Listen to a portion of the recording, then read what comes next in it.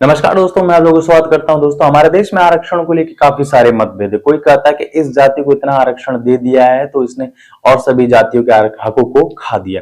कोई कहता है कि आरक्षण सही है, कोई कहता है कि आरक्षण गलत है। कुल मिला जुला के आरक्षण को लेकर हमारे देश में काफी सारे मतभेद है। दोस्तों, आज हम लोग इसके बारे में नहीं बात करेंगे, हम लोग इसके बारे में कभी और बात करेंगे। आज हम लोग बात करेंगे बिहार की तरफ से आरक्षण पे आए हुए एक ऐतिहासिक फैसले के बारे में। बिहार के मुख्यमंत्री नीतीश कुमार जी ने बिहार में आरक्षण के दायरे को 75% कर दिया। उन्होंने बिहार विधानसभा में एक बिल लाया है, उस बिल को पास भी करा दिया बिना किसी की मतलब जिसे कहते हैं कि बिना किसी आपत्ति के वो बिल पास भी हो गया। उसे कैबिनेट ने भी मंजूरी दे दी और अब वो बिल राज्यपाल जी के पास गया है पास होने के लिए।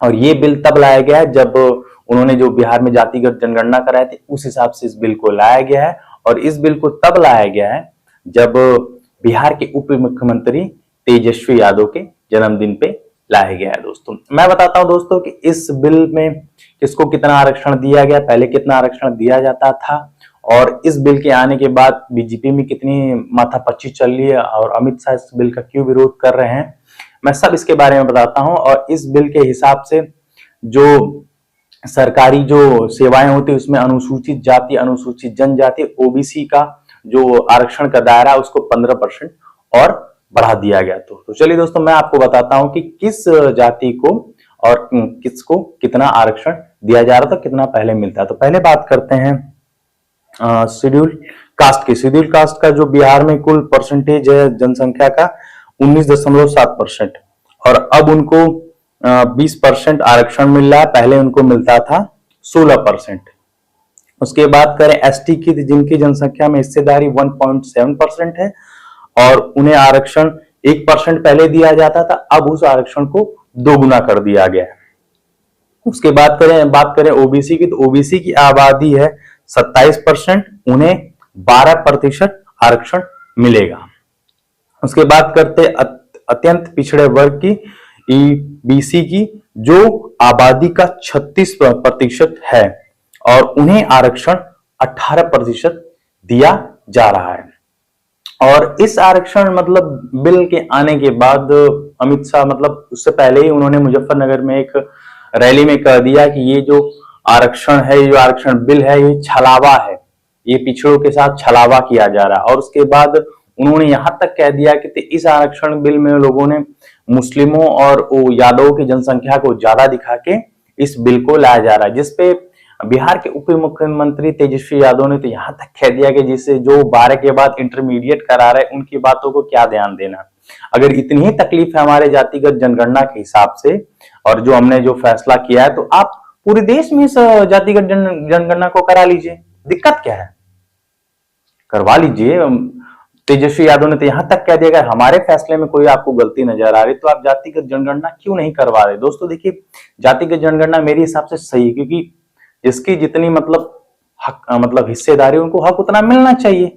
ये तो आप लोग जान ही रहे होंगे कि जो आरक्षण जिस हिसाब से मिला था उस हिसाब से आज भी इंप्लीमेंट नहीं हो पाया है, लोगों को उतना विकास नहीं हो पाया है। भले ही उनको आरक्षण मिला लेकिन उनका विकास दर उतना नहीं हो पाया जितना होना चाहिए। और राजनीतिक पार्टियों को सोचना चाहिए कि किस तरह से हमारे देश में आरक्षण के मुताबिक लोगों को हक मिलने चाहिए, उनकी व्यवस्थाएं सुधरनी चाहिए, क्योंकि देश में जब तक लोगों का विकास नहीं होगा तो देश का विकास ऑटोमेटिक नहीं होगा। और देखिए, इस मुद्दे को काफी बार राहुल गांधी ने उठाया, काफी बार इस मुद्दे को उठाया जा रहा है, तेजस्वी यादव भी उठा रहे हैं। अब बात है कि और जो स्टेट है और स्टेटों में इसके बारे में क्या था, कि अगर बात करें यूपी की, तो यूपी में भी काफी सारे इस मुद्दे को लेकर चलते हैं। चाहे आप वो अखिलेश यादव की बात कर लीजिए, फिर चाहे वो बहन जी की, मायावती जी की बात कर लीजिए, काफी सारे लोग हैं, वो लोग इन सब बातों के मुद्दों को उठाना चाहिए कि एक बहुत एक जिसे कहते हैं ना कि क्रिटिकल मुद्दा है भाई, ये है मुद्दा, ये उठाना चाहिए, बात करनी चाहिए। और बिहार में परसेंटेज जो 75% हो गया, क्यों हो गया मैं आपको बता देता हूँ। पहले 50% था वहां पे आरक्षण, फिर 15% बढ़ा तो हो गया 65%। और जो ईडब्ल्यूएस जो आरक्षण था जो मिला है 10%, अब उसको जोड़ के बिहार में टोटल जो आरक्षण की परसेंटेज होगी वो हो गई है 75%। और इस फैसले के आने के बाद जिसे कहते हैं देश में पूरी खलबली मच गई है और जो बीजेपी सरकार है इसका काट ढूंढने में लगे हुए कि अब क्या किया जाए, क्योंकि लोग अब हकों और मुद्दों की बात करें। एक रैली में तेजस्वी यादव ने यहाँ भी पूछ दिया कि भाइयों आपको क्या चाहिए, हिंदू मुस्लिम चाहिए कि सरकारी नौकरी चाहिए? तो लोगों ने जवाब दिया सरकारी नौकरी चाहिए, क्योंकि दोस्तों क्लियर सी बात है भाई, हमें अपने परिवार का जीवन यापन हम पैसों के ही माध्यम से कर पाएंगे, रोजगार के ही माध्यम से कर पाएंगे। बस दोस्तों वीडियो मेरा इतना सही था। अगर वीडियो पसंद है तो लाइक शेयर कमेंट कर जरूर करिएगा। और दोस्तों एक सवाल आप लोगों से जरूर रहेगा कि जो आरक्षण बिल बिहार में आया है, क्या इसके फायदे होंगे?